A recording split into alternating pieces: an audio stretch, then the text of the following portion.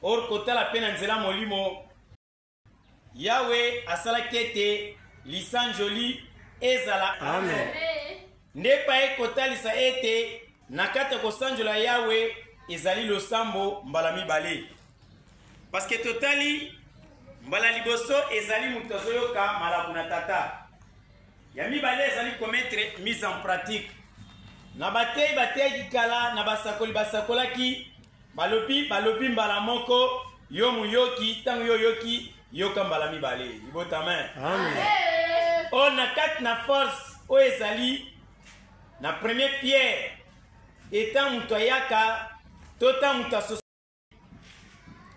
tam tabi ba kantik tam tabi louange eza mirai oye eyebaka kobuka disposition ya muinisata ndomo lokolo atiaki yango na première position epa na tata Israël comme si atilisaki yango na baguerre. Israël atilisaki louange comme si na disposition kofongola banzela. Amen gota. Amen. Nde tomoni pe même na Jourdain na kata koyemba Exode 15 balobi Yahweh asalaki ete séparation ezala entre Israël entre Pharaon na batu ya Égypte.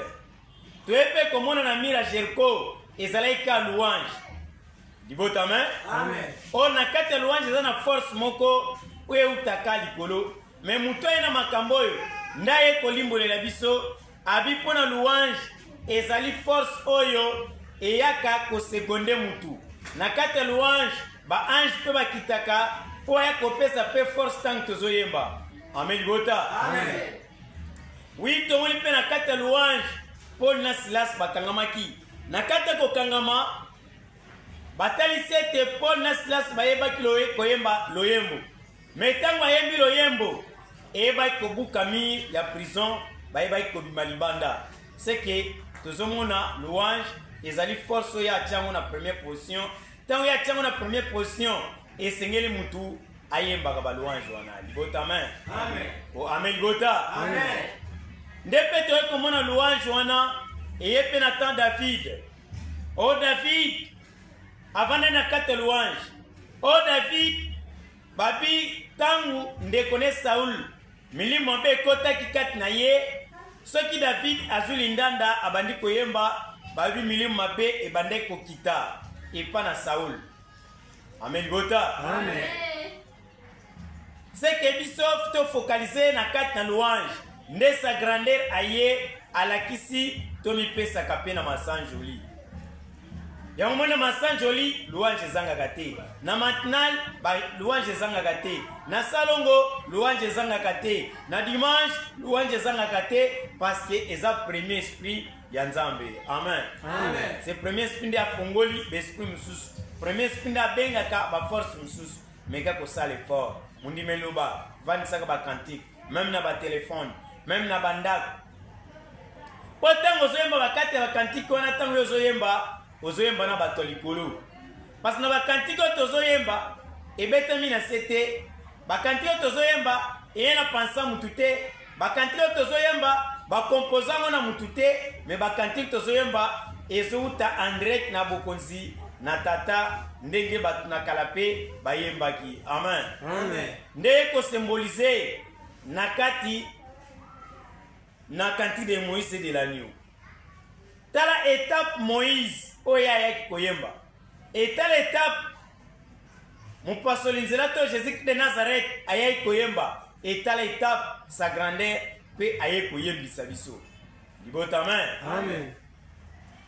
Moïse ayembi kanti de Moïse de l'agneau na premier couplet Israël va yo quitter, Israël va yebite. Christ ayaki koyemba deuxième couplet ata ba disciple ba yeba ki pété. Libota main. Amen. Mais troisième couplet tango eko yemba me pas sa grandeur ayeko classé alopi na étape ya Christ, na étape ya Moïse, na étape ya sa grandeur basali yango parce que ekomi union. Amen bota. Amen. Ya moto yemba ka to benga kango cantique de Moïse de l'agneau. On a kata cantique de Moïse de l'agneau ezotalisa trois forces. Na kata kantine Moïse de l'agneau total na trois forces nde tomoni pe vanda na trinité. Tomoni tata, Mwana et Saint-Esprit. O force molimo mosantu eyepe na kati na loyembo. Amen bota. Amen. O na kati kantik tangi ozoyemba yango misala weza mabezo zika. Poto yembi na ba kantik misusu Satana pe balingami na ye bayebi yango. Balengaka pe bakozikisa manie. Pona nini? Na kati kantik tango ozoyemba mutu mabe akoleka te.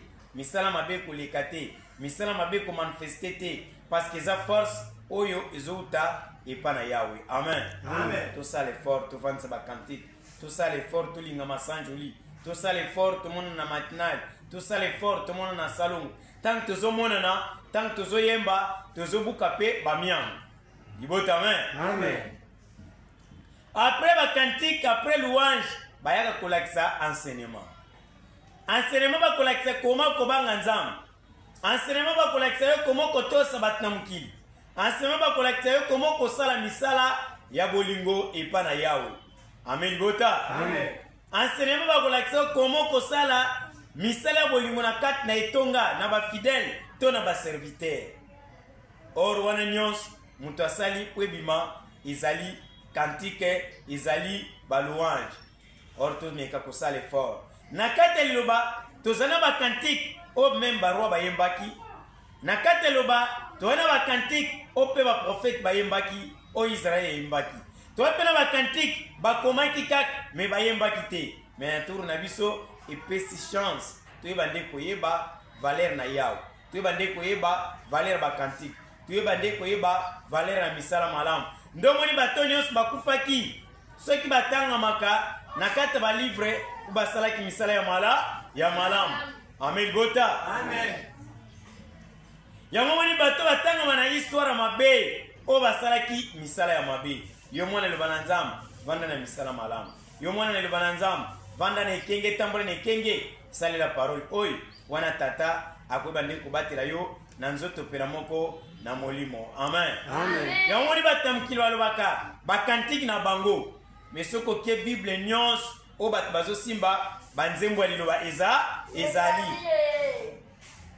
Batpe balobaka te biso toyaki na église kala na ndenge ni toyebaki yango te. Pona ko manifester te kolakisa ete ezalaki ya bango te. Ya wabombaki yango ayebaki te makambo ekoya ndenge pa Saint prophète Daniel bomba makambo. Kino na tango na suka. Kino na tango na goigoi. Na kati na tango na goigoi wata pwana bat mabe bakosusula mabe. Bat malam bakotikala reste pona malam wana ngana ko manifester. Ona tango wana alobi ete ekozala bulu ekina kati na mokili.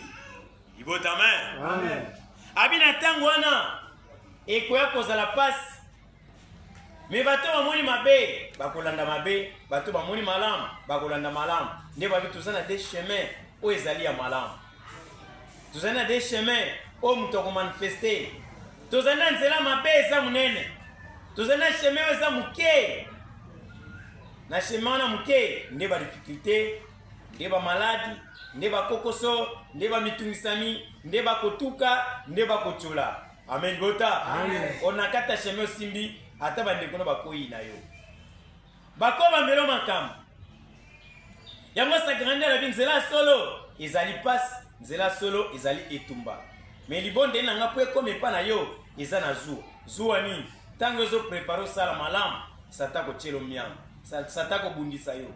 Sata ko ba provocation. Oui, okoko mona pe bake bafundi yo na likambo po salite. Ba yepe bakangi yo. Okot pe caché après caché ko yeba mutu aza innocent. Amen gota. Amen. Tala Paul na Silas. Bakota ki prison. Ba betamaki. Ma beni basalaki. Tala Christ. Ba betaki ye. Ba bwaki basoyi. Ba inaki ye. Babaka kene kulus asala ki lokote. Malubaka ka polo tata limbisa bango. O basali ba yebi amote. Ibota amen. Amen. C'est que l'obéissance accepte partout ba fidèle basali, partout ba serviteur basali, ba likaneta pas douleur, ba likaneta pas passe mais victoire ezali liloba. Bundana sale fort. Tolina mukuse yangwana to salela yango, tolina mulai yangwana to simba yango, kwete Yahweh akana kobatela moko na moko na musuni kino na molimo. Amen.